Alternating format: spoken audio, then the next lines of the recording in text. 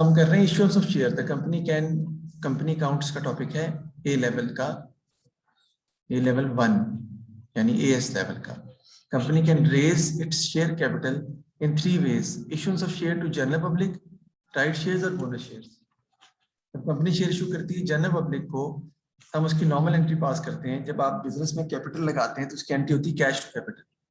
लेकिन जब लोग कंपनी में कैपिटल लगाएंगे तो कंपनी में कैपिटल, कंपनी सब्सक्राइब करती है shares in the two the general public in periodicals, journals, newspapers में।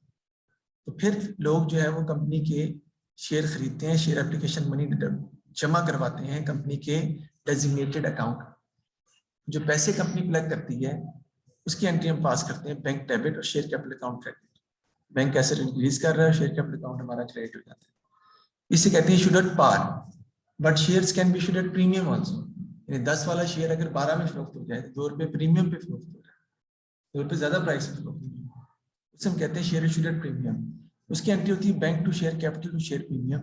बैंक आपका आ जाएगा, सपोज करें आपने 10,000 शेयर इशू किए हैं 2 रुपए के हिसाब से, तो 10,000 इंटू 2 20,000 बैंक आ जाएगा। शेयर कैपिटल हमेशा पार वैल्यू से लिखते हैं, वो 1 से ही आएगा। 10,000 इंटू 1 10,000, बाकी अमाउंट चली जाएगी शेयर प्रीमियम में। उसे कहते हैं हम शेयर प्रीमियम का। हमारा सब फार्मूला जो है वो इस तरीके से सॉल्व होता है। तो bank to share capital to share premium, जब शेयर आप इशू करते हैं प्रीमियम के ऊपर। राइट शेयर्स क्या होते हैं? हम एक बात याद रखनी है आपने कि शेयर कैपिटल हमेशा फेस वैल्यू से लिखेंगे पार वैल्यू से, और प्रीमियम जो है वो अलग आएगा। बिजनेस का है ना अपना, हाँ बिजनेस का एडवांटेज है, जो रिजर्व क्रिएट हो गया आपके पास, एक्सेस अमाउंट जनरेट हो गई आपकी, उसे हम शेयर प्रीमियम का लिख देते हैं। अब राइट शेयर्स की बात करते हैं। Right share is an option to the existing shareholders. Right shares हम अपने पुराने शेयर होल्डर्स को ये हक देते हैं कि वो मार्केट से कम कीमत पर मजीद शेयर खरीद सकते हैं। ठीक है, when the company is facing liquidity issues, company can issue right shares so that company can issue shares to the existing shareholders. अपने घर में ही शेयर रहेंगे। ठीक है जी, कंपनी की जो है वो एडमिनिस्ट्रेशन कॉस्ट बचेगी, एडवर्टाइजमेंट कॉस्ट बचेगी, टाइम कम लगेगा। कंपनी कैन जनरेट अमाउंट और कैश क्विकली, क्योंकि एग्जिस्टिंग शेयर होल्डर्स को कंपनी शेयर इशू कर रही है। मार्केट से कम कीमत पर इशू करते हैं लेकिन पार वैल्यू से ज्यादा अमाउंट होती है उसकी। तो कंपनी को बेनिफिट होता है कि कंपनी का शेयर जो है वो पार वैल्यू से ज्यादा अमाउंट पर फ्लोट हो रहा है, और शेयर होल्डर्स को फायदा ये होता है कि वो मार्केट से सस्ते कम कीमत पर शेयर जो है वो अचीव कर लिया है। Bonus shares are sorry right shares are issued as other shares are issued. इसमें कोई फर्क नहीं है, एंट्री वही होती है bank to share capital to share premium. तो फेस वैल्यू से ऊपर जो अमाउंट आपको मिलेगी that is basically your share premium amount, यानी एक्सेस अमाउंट जो ऊपर मिलती है उसे शेयर प्रीमियम का नाम देते हैं, और वो रिजर्व के तौर पे क्रिएट होती है।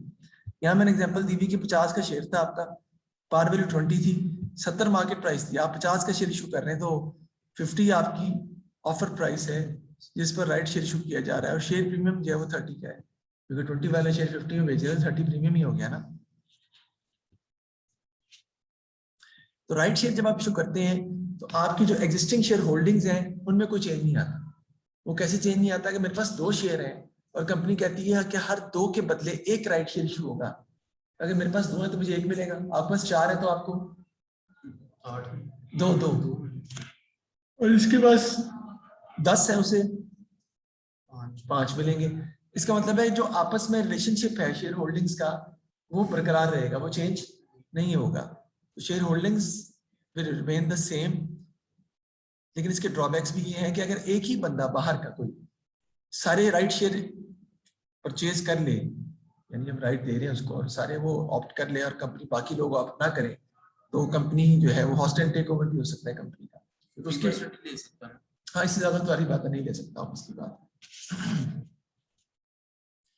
फिर राइट शेयर इशू करने की वजह से कंपनी की मार्केट प्राइस डाउन हो सकती है, क्योंकि लोग ये समझेंगे कि कंपनी के पास पैसे नहीं है इसलिए कंपनी राइट शेयर इशू कर रही है, तो कंपनी की मार्केट प्राइस शेयर ज्यादा हो जाएंगे, may be the face value of the share और market price of the share में डिक्रीज हो सकती है। इन्वेस्टर्स का कॉन्फिडेंस जो है वो लूज कर सकते हैं बिजनेस में।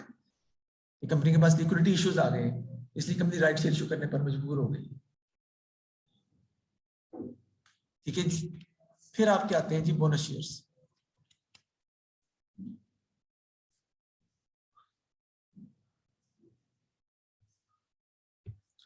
बोनस शेयर्स का इशू करते हैं मैंने company has accumulated a large profit out of its reserves. The company may distribute part of its reserves to in the form of bonus shares. यानी कंपनी जो है, अगर कंपनी के पास लार्ज प्रॉफिट्स या accumulated पिछले सालों से रिजर्व्स पड़े हुए हैं जो कि they are lying idle, they are not in use, तो company may utilize those reserves by issuing bonus shares. अच्छा, बोनस शेयर्स हर बंदे को मिलते हैं, यानी वो मिलने ही मिलने होते हैं, जो शेयर होल्डर्स होते हैं उनको मिलने ही मिलने हैं उसके हिसाब से. Bonus can be paid either in the form of cash or in the form of shares. If the company has more reserves lying idle, showing more amount stuck in reserves in comparison to share capital, यानी कि share capital की amount कम है जबकि reserves की amount ज्यादा है, इसका मतलब है कंपनी का कैपिटल जो है, कंपनी के रिजर्व्स जो है वो आइडल पड़े हुए इस्तेमाल नहीं हो रहे, तो कंपनी अपने रिजर्व्स को शेयर कैपिटल में कन्वर्ट कर सकती है. Company can capitalise these reserves into bonus shares. इसको transfer of reserves into share capital भी कहते हैं हम, और इसी को बोनस शेयर्स का नाम दिया जाता है. इसको हम बोनस शेयर्स का नाम दे देते हैं या कह सकते हैं. तो transfer of reserves into share capital is basically called bonus shares capitalisation. और bonus shares are issued in the most flexible form, making reserves available for the distribution of dividend. Bonus share जो है most flexible form में होते हैं, reserves जो है वो available होंगे डिस्ट्रीब्यूशन के लिए, डिविडेंड के लिए. यानी कि बोनस शेयर सबसे पहले कैपिटल रिजर्व में से दिए जाते हैं. Reserves bonus shares does not involve any change in cash. Cash पर कोई इफेक्ट, क्योंकि आप रिजर्व्स को कन्वर्ट कर देते हैं शेयर कैपिटल में एक तरह से.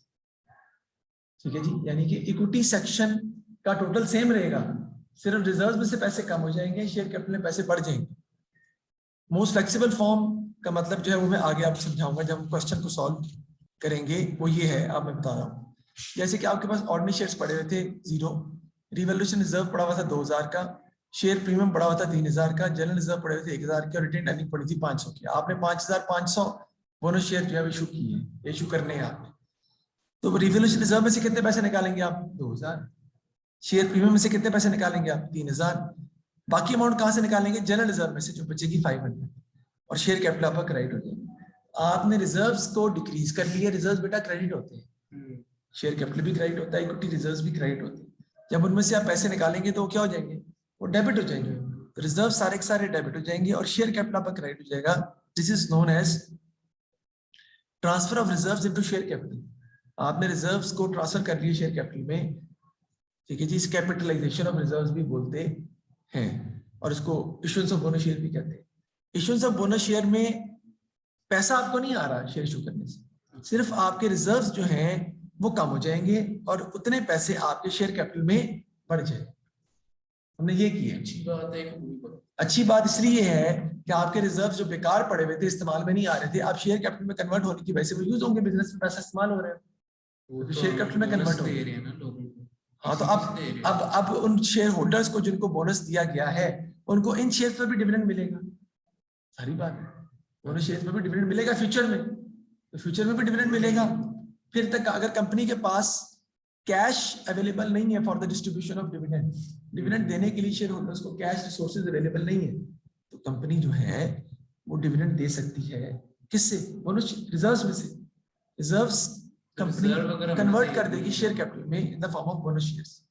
बोनस शेयर कंपनी ने दे दिए, रिजर्व्स तो कन्वर्ट कर दिए शेयर कैपिटल, क्योंकि कंपनी के पास कैश रिसोर्सेज अवेलेबल नहीं थे बोनस शेयर इशू करने के, तो डिविडेंड भी कंपनी इशू कर देती है. इसके अलावा क्या होता है कि आपको नजर आ रहा है कि आपके शेयर कैपिटल में अमाउंट कम पड़ी हुई है जबकि आपके रिजर्व्स में अमाउंट ज्यादा पड़ी. अब बाहर का जो बंदा होगा वो देखेगा, वो कहेगा यार इन्वेस्टर्स को कंपनी पर जो है कॉन्फिडेंस नहीं है, कंपनी से वो पैसे निकाल के लेके जा रहे हैं, तभी शेयर कैपिटल क्या होता जा रहा है? कम होता जा रहा है. तो आप रिजर्व्स को कन्वर्ट कर देंगे शेयर कैपिटल के अंदर ताकि कंपनी की फाइनेंशियल हेल्थ बेहतर शो हो, अच्छी नजर आए, कंपनी की बैलेंस शीट स्ट्रेंथ शो हो, कंपनी का शेयर कैपिटल और रिजर्व्स एक दूसरे के साथ एक बैलेंस अवेलेबिलिटी में मौजूद है. शेयर बैलेंस शीट देख के लेते हैं. हाँ, जाहिर बात है, कंपनी शो करती है. जी जी बिल्कुल, कंपनी के प्रॉफिट्स, हर चीज, एवरीथिंग प्रेजेंट करना पड़ता है आपको. कंपनीज ऑर्डिनेंस 1984 ये कहता है कि जो पब्लिक लिमिटेड कंपनीज है उनको अपनी फाइनेंशियल स्टेटमेंट्स पब्लिक करनी पड़ती है, शो करनी पड़ती है लोगों के सामने. अब कोटा सिस्टम क्या होता है? कितने के बदले कितने शेयर दे रहे हैं? 4 के बदले 1. अगर 100 शेयर पड़े हुए पुराने और 4 के बदले 1 शेयर मिला तो डिवाइड बाय 4 कर देंगे, मल्टीप्लाई 1 कर देंगे तो 25 शेयर आप नए शेयर इशू कर रहे हैं। इसे कहते हैं कि आप 4 के बदले कोटा सिस्टम के तहत 3:2 भी हो सकता है। अगर 990 शेयर्स पड़े हैं आपके पास तो 3:2 का मतलब है डिवाइड बाय 3 मल्टीप्लाई बाय 2, तो नए शेयर आप इशू कर रहे हैं 660 राइट शेयर या बोनस शेयर आप इशू करेंगे। समझ आ गई बात?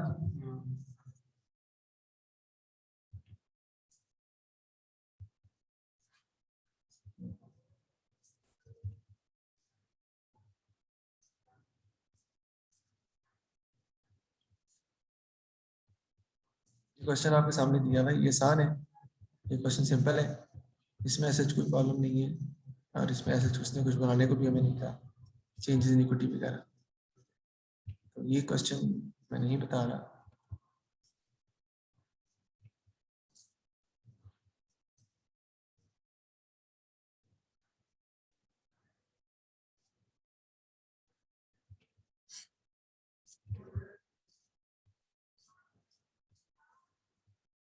ये हम कर चुके हैं समय पहले।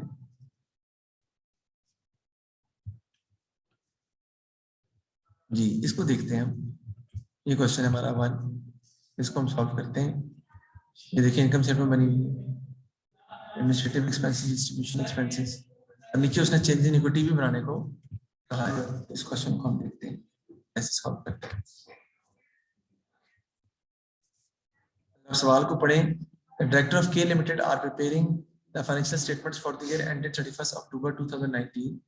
The following information is available. Expenses payments made during the year ended 31 October. Administrative expenses दी हुई हैं, directors fees है, distribution cost है, finance cost है, staff wages and salaries दी हुई हैं। Distribution costs include a payment of 7,200 for a 6-month advertising campaign which will end on 31st March. हमारा सवाल खत्म हो रहा है कब? अक्टूबर में। तो वो कह रहा है 6 मंथ एंडिंग कैंपेन थी, 31 मार्च को खत्म हो रही है 2020 को। इसका मतलब है अक्टूबर, नवंबर, दिसंबर, जनवरी, फरवरी, मार्च, एक महीना तो इसी महीने में आता है। इसका मतलब है 1 महीने का जो एक्सपेंस है वो तो हमारा इस साल का एक्सपेंस है, बाकी जो 5 मंथ्स का एक्सपेंस है वो इस साल का एक्सपेंस नहीं है। तो वो क्या हुआ? प्रीपेड एक्सपेंस, क्योंकि वो आपने अगले साल के लिए गलती से डिस्ट्रीब्यूशन कॉस्ट में शामिल कर दिए तो प्रीपेड एक्सपेंस में आ जाएगा। तो कैसे इसको हम रिकॉर्ड करेंगे या लिखेंगे वो मैं आपको बताने जा रहा हूँ। 7,200 multiplied by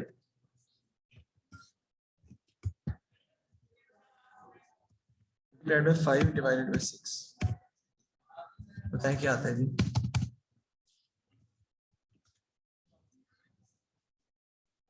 and 200 into 5 divided by 6. 6,000. 6,000 जो है ना ये बेसिकली प्रीपेड है और ये डिस्ट्रीब्यूशन कॉस्ट में से क्या करना पड़ेगा, हमें माइनस करना पड़ेगा। हम जो है वो जी 1200 नहीं, डिस्ट्रीब्यूशन कॉस्ट तो 16,500 दी हुई है ना, एंड ऑन 31 मार्च। एक महीने का तो आना है, बाकी नहीं आना। तो वो सर मार्च में आ रहा है, मैं बताता हूँ, यानी वही 5 महीने का प्रीपेड है। एक महीना हमारा बनता है जो हमारे पीरियड में बिलोंग कर रहे हैं, हमारे ईयर से बिलोंग कर रहा है, बाकी जो है वो नहीं आएगा। तो डिस्ट्रीब्यूशन एक्सपेंस की वर्किंग करनी पड़ेगी ना आपको।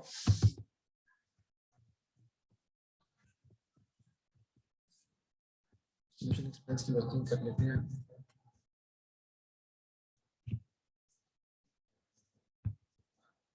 पहले डिस्ट्रीब्यूशन कॉस्ट ही लिख लेते हैं हम, दी हुई क्वेश्चन में जी 16,500 की।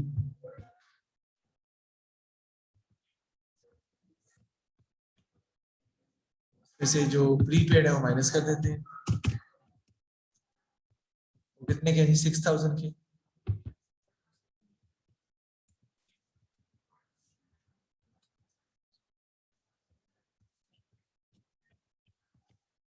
ठीक है जी, 6,000 माइनस कर देंगे इसमें से। और देखते हैं और डिस्ट्रीब्यूशन एक्सपेंसेस जो है हमें कितने दिए हुए या कितने नहीं दिए हुए।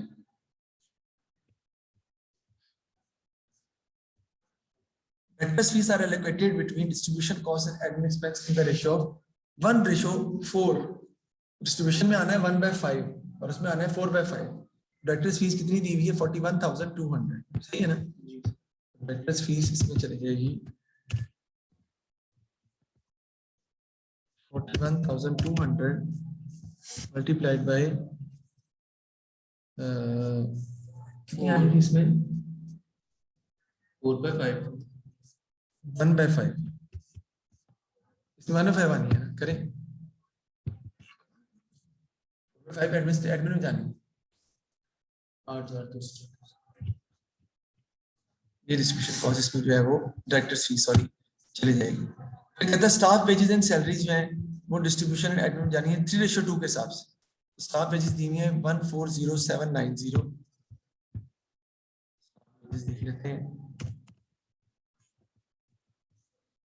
140790 मल्टीप्लाइड बाय 3/5 जी 140790 into 3/5 क्या आता है जी बेटा? 8,400 8450 84,450 जी। ये मेरा स्टाफ पेज हमने जो है ना इसमें रिकॉर्ड कर लिया। इसके बाद फाइनेंस कॉस्ट है वो तो आनी नहीं है। अब डेप्रिसिएशन को देख लेते हैं, सही है ना? डेप्रिसिएशन में वो कह रहा है कि मोटर व्हीकल पर डेप्रिसिएशन जो है वो है 20% using reducing balance method, 100% to distribution cost, 100% distribution cost. तो 1,60,000 से माइनस करें 32,600,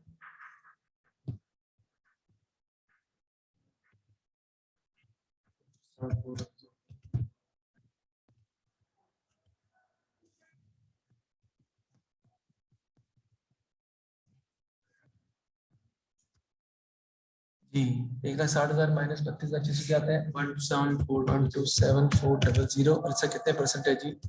20% है मेरे हिसाब से, निकालिए 20%। 25,480 480 25,480 ठीक है जी, ये हमने डेफिनेशन निकाल ली। अब दूसरा वो डेफिनेशन कह रहे जी है फर्नीचर एंड इक्विपमेंट पर 45,000 पे 15% यूजिंग स्ट्रेट लाइन मेथड। तो 45,000 का 15% निकाल लेंगे और उसका 20% डिस्ट्रीब्यूशन में जाएगा।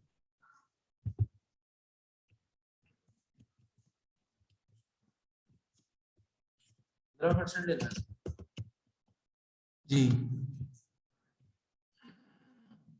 15% निकालें 675 45,000 का 15% और उसका फिर 20%। 1350 1350 इसका टोटल कर लें, ये आपके पास डिस्ट्रीब्यूशन एक्सपेंसेस का टोटल जो है वो आ जाएगा। डिस्ट्रीब्यूशन कॉस्ट टोटल जो है एक माइनस हो रहा अभी प्रीपेड करना जी ऐसे करेंगे बिल्कुल।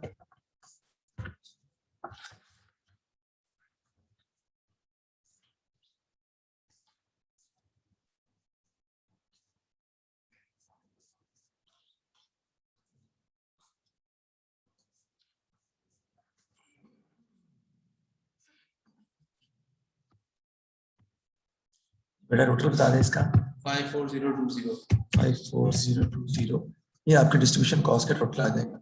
अब हमने करनी जी एडमिन को, एडमिन कॉस्ट आ जाएगी आपकी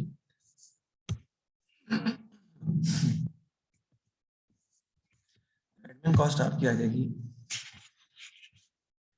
8490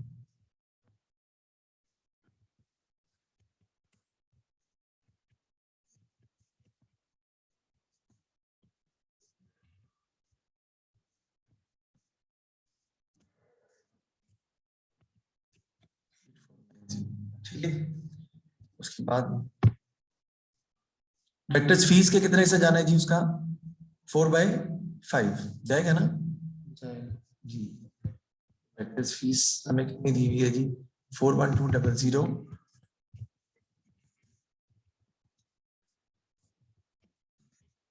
मल्टीप्लाइड बाय 4/5 जी।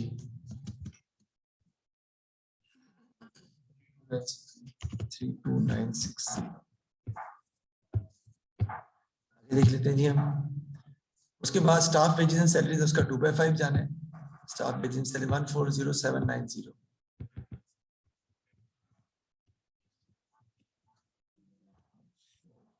790 इसका 2 डिवाइडेड बाय 5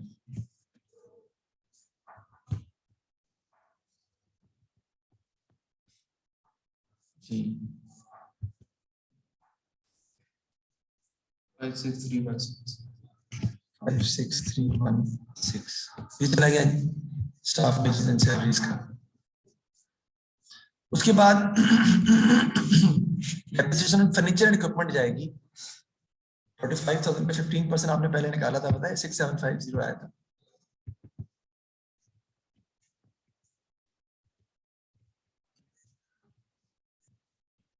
सिक्स 750 का 80% ले लेंगे ना।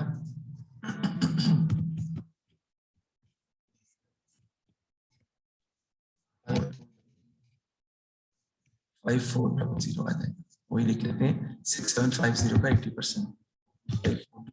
फिर टोटल कर देंगे तो आपका एडमिन कॉस्ट का टोटल जो है वापस आ जाएगा जो कि हमें चाहिए।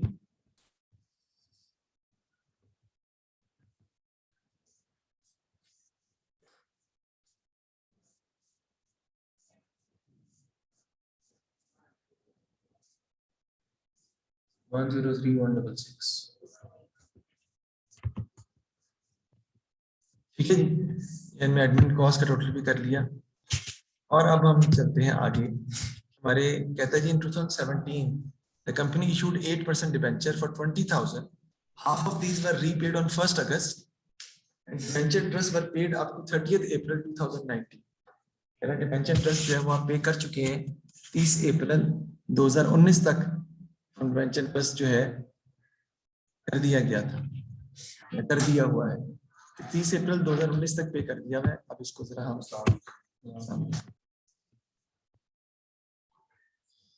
जी, तो ये हमने स्टाफ वेजेस एंड सैलरीज की अमाउंट थोड़ी सी गलती कर दी है और इसका जो टोटल है वो तो आपको नजर ही आ रहा है कि गलत है। टोटल दोबारा करें इसका और ये आती है 84474, ये हमारी आती है 84474।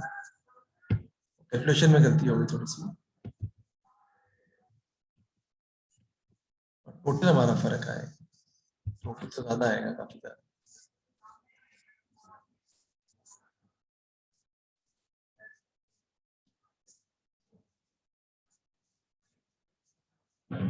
जीरो 1300044 ठीक हो गया जी, सही है जी। अब फाइनेंस की बात कर लेते हैं। फाइनेंस कॉस्ट के हवाले से कहते जी कि 8% डिबेंचर हमने इशू किए 20,000 के, half of these were repaid on 1 August. Debenture non current liability होती है, इंटरेस्ट आपको पे करना पड़ता है। कह रहा है फाइनेंस कॉस्ट 800 हम पे कर चुके हैं, 800 हम पहले पे कर चुके हैं 30 अप्रैल, हम अक्टूबर में है ना, हम अक्टूबर में है, तो 20,000 का 8% निकालें तो कितना आता है 1600, उसका 50% हम पे कर चुके हैं अप्रैल तक। आगे कहता है मई जून जुलाई अगस्त सितंबर अक्टूबर 6 माह और रहते हैं, लेकिन उस 6 माह में आप गौर कीजिएगा, उस 6 माह में 1 अगस्त को हमने आधे डिबेंचर छुड़वा ली है। 1 अगस्त तक हमारे डिबेंचर जो हैं उन पर इंटरेस्ट 20,000 का ही आएगा, यानी कब से कब तक का, मई जून जुलाई 3 महीने का 20,000 पे इंटरेस्ट आएगा। 8%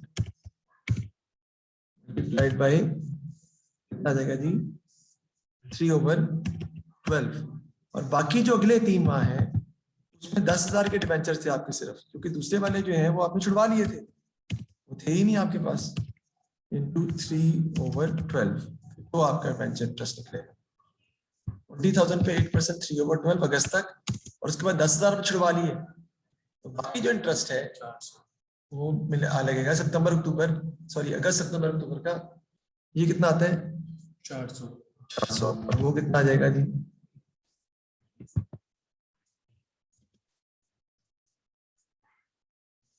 200 आ जाएगा मेरा ख्याल में।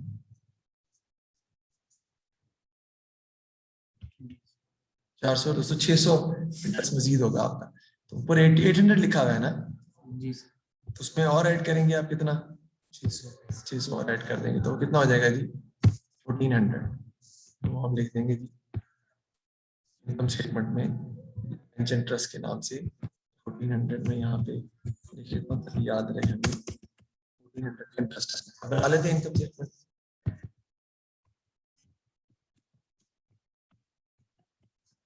ऑलरेडी उसने इनकम स्टेटमेंट जो है वो बनाई भी है, और सॉरी बनाई भी कह रहा हूँ मैं, उसने डाटा दिया है ऑलरेडी, यानी कि सेल्स वगैरह सब कुछ जो है वो मैं ऑलरेडी दिया है। और देख लेते हैं रेवेन्यू कितना दिया है।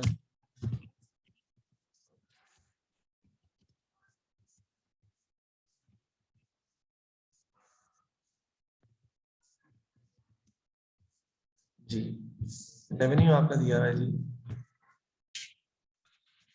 ये देखिए बना के दी हुई है 542370, ठीक है ना, 42370 रेवेन्यू है, लेस कॉस्ट ऑफ सेल्स वो भी दी हुई उसने पहले से,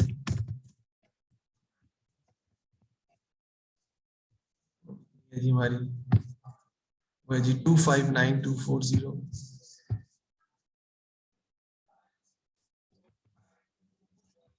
59240 आपका आ जाएगा क्रॉस प्रॉफिट, वो भी दिया है, कितना दिया है जी 283130, 3130 ये आ गया, पहले से सॉल्व करके उसने हमें दिया हुआ था क्वेश्चन में, तो इसमें से लेस कर देंगे एक्सपेंसेस,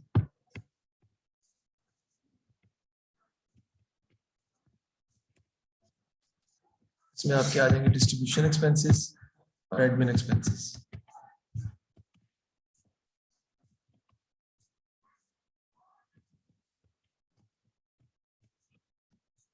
डिस्ट्रीब्यूशन एक्सपेंसेस कितने हैं जी हमारे, हमने निकाले में 130044, एडमिन एक्सपेंस कितने हैं जी 103168, उठा देते हैं जरा 103166,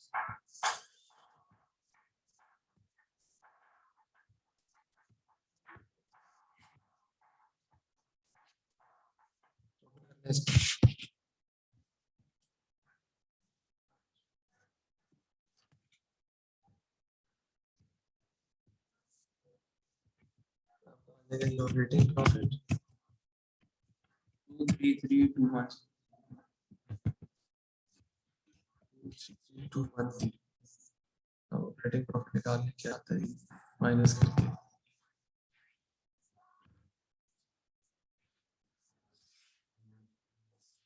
फोर नाइन नाइन 4992, इसमें से फाइनेंस कॉस्ट माइनस कर देंगे जो हमने निकाली हुई है, वो कितनी थी हमारी थी 1400,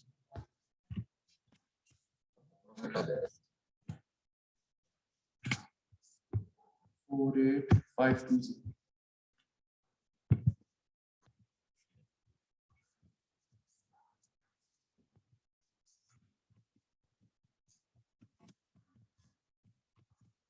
ठीक हो गया जी। अब आगे नेक्स्ट क्वेश्चन में क्या कहता है जी, वो आपने चेंजेस इन इक्विटी जो है वो बनानी है, administrative expenses distribution cost finance cost हम निकाल चुके हैं सारी।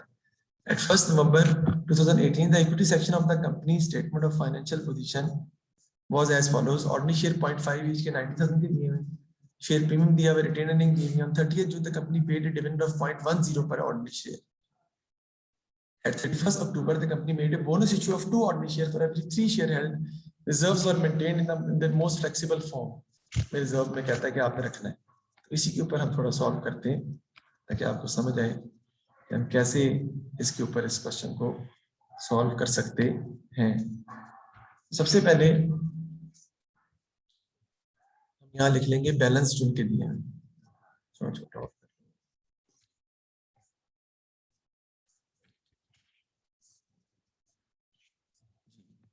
सबसे पहले हम लिख लेंगे जी बैलेंस,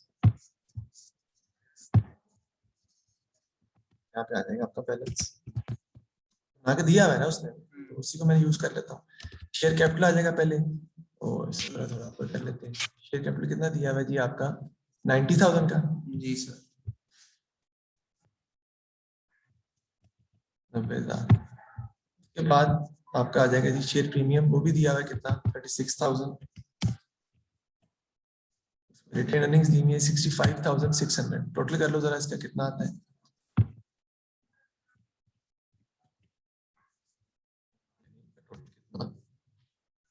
तीनों का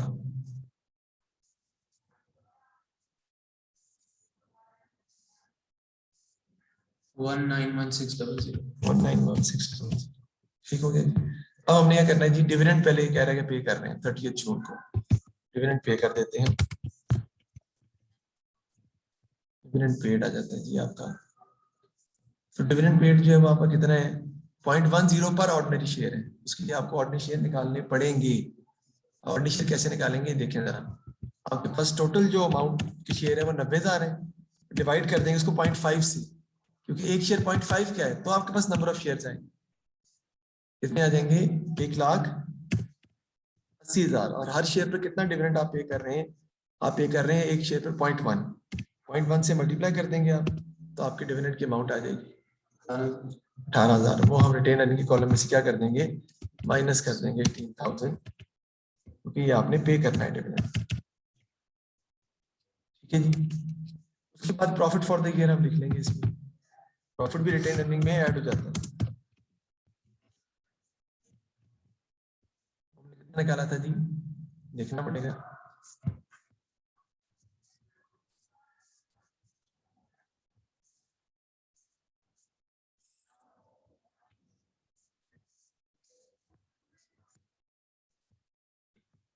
जी प्रॉफिट था हमारा 4852।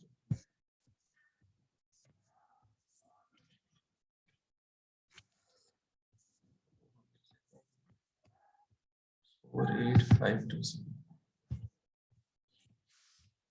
उसके बाद इशू कर रहे हैं बोनस शेयर्स, प्रॉफिट ऐड हो जाना है sir. Ji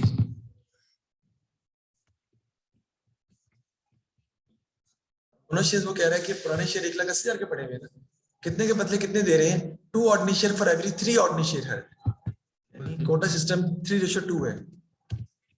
1,80,000 divide by 3 multiplied by 2, आपके पास बोनस शेयर्स आ जाएंगे 1,20,000। और एक शेयर कितने का है मेरे भाई 0.5 का, मल्टीप्लाई तो करना पड़ेगा ना, अमाउंट निकालनी है आपने। 60,000 के बोनस शेयर इशू कर रहे हैं। 60,000 में हम कहाँ से निकाल रहे हैं, 36,000 शेयर प्रीमियम में से लेंगे, और बाकी जो पैसे बचेंगे वो रिटेन अर्निंग में से लेंगे। मोस्ट फ्लेक्सिबल फॉर्म का मतलब होता है जो पहले कैपिटल रिजर्व दिए हैं उन्हें यूज करते हैं, फिर रेवेन्यू रिजर्व की बारी आती है। बोनस शेयर क्या करेंगे हम यहाँ पे जी, यहाँ से माइनस कर देंगे 36,000,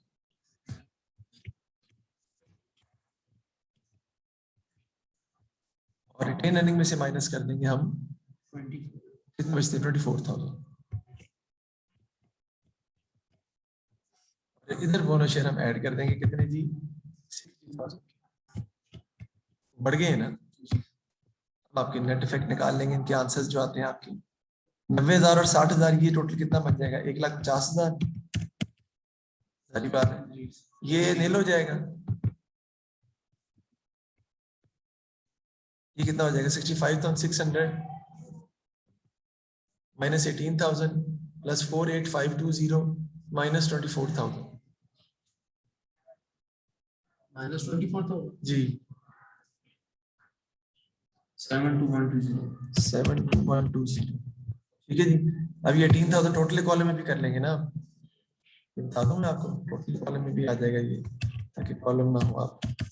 18,000 और 8,500 टोटल कॉलम में भी आ जाएगा। ये 0 ये तो आना नहीं, और टोटल ये भी आपका वही आ जाएगा जो यहाँ से बन रहा है। कितना बन रहा है 7 के यू प्लस करके माइनस करके वही 1,50,000 प्लस 72120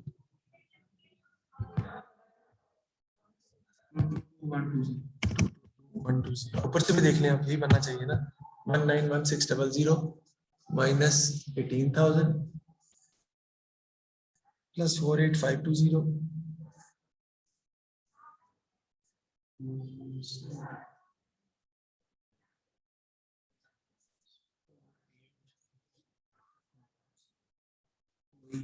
ठीक है जी। तो ये मैंने स्टेटमेंट जो है आपको बनाकर दिखा दी है कि वो इस क्वेश्चन में कैसे बनती है। अब बात कर लेते हैं दो चीजों के हवाले से, लेक्चर हमारा खत्म होने वाला है। कैपिटल रिजर्व्स और रेवेन्यू रिजर्व्स क्या होते हैं? Capital reserves are those reserves which are not generated out of profit, profit से जनरेट नहीं होते, they are created because of capital transactions. For example share issued at premium पे आप कर दिया, आपने शेयर प्रीमियम इशू कर दिया, तो शेयर प्रीमियम जो है वो कैपिटल रिजर्व है आपका। आपके एसेट की वैल्यू सडनली इंक्रीज कर गई है, सामने से फ्लाईओवर बन गया है या वैल्यू बढ़ गई एकदम, उसे उससे जो आपका एसेट इंक्रीज कर जाए उसे कहते हैं रीवैल्यूएशन रिजर्व। एसेट की वैल्यू इंक्रीज कर जाती है। रॉन्ग डेप्रिसिएशन चार्ज करने की वजह से भी एसेट की वैल्यू इंक्रीज कर जाती है, उसे भी रीवैल्यूएशन रिजर्व ही कहते हैं। रीवैल्यूएशन रिजर्व और शेयर प्रीमियम जो है वो कैपिटल रिजर्व्स हैं। Why? Because they are created because of capital transactions, they are not generated because out of profit. लेकिन revenue reserves are generated out of profit, जैसे जनरल रिजर्व है, retained earnings है। Retain earnings क्या होती है? वो profit जो आप डिस्ट्रीब्यूट नहीं करते डिविडेंड के तौर पे, रिटेन कर लेते हैं, वो रिटेन अर्निंग कहलाता है। और रिटेन अर्निंग का वो हिस्सा जो आप जनरल रिजर्व में डाल देते हैं, future growth of the business और future expansion of the business, वो कहलाता है आपका general reserve, and they are revenue reserves. तो शेयर प्रीमियम और रिवैल्यूएशन रिजर्व कैपिटल रिजर्व्स हैं, और जनरल रिजर्व और revenue retain earnings revenue reserves हैं, बिकॉज दे आर जनरेटेड और created out of profit and they are used to pay dividends.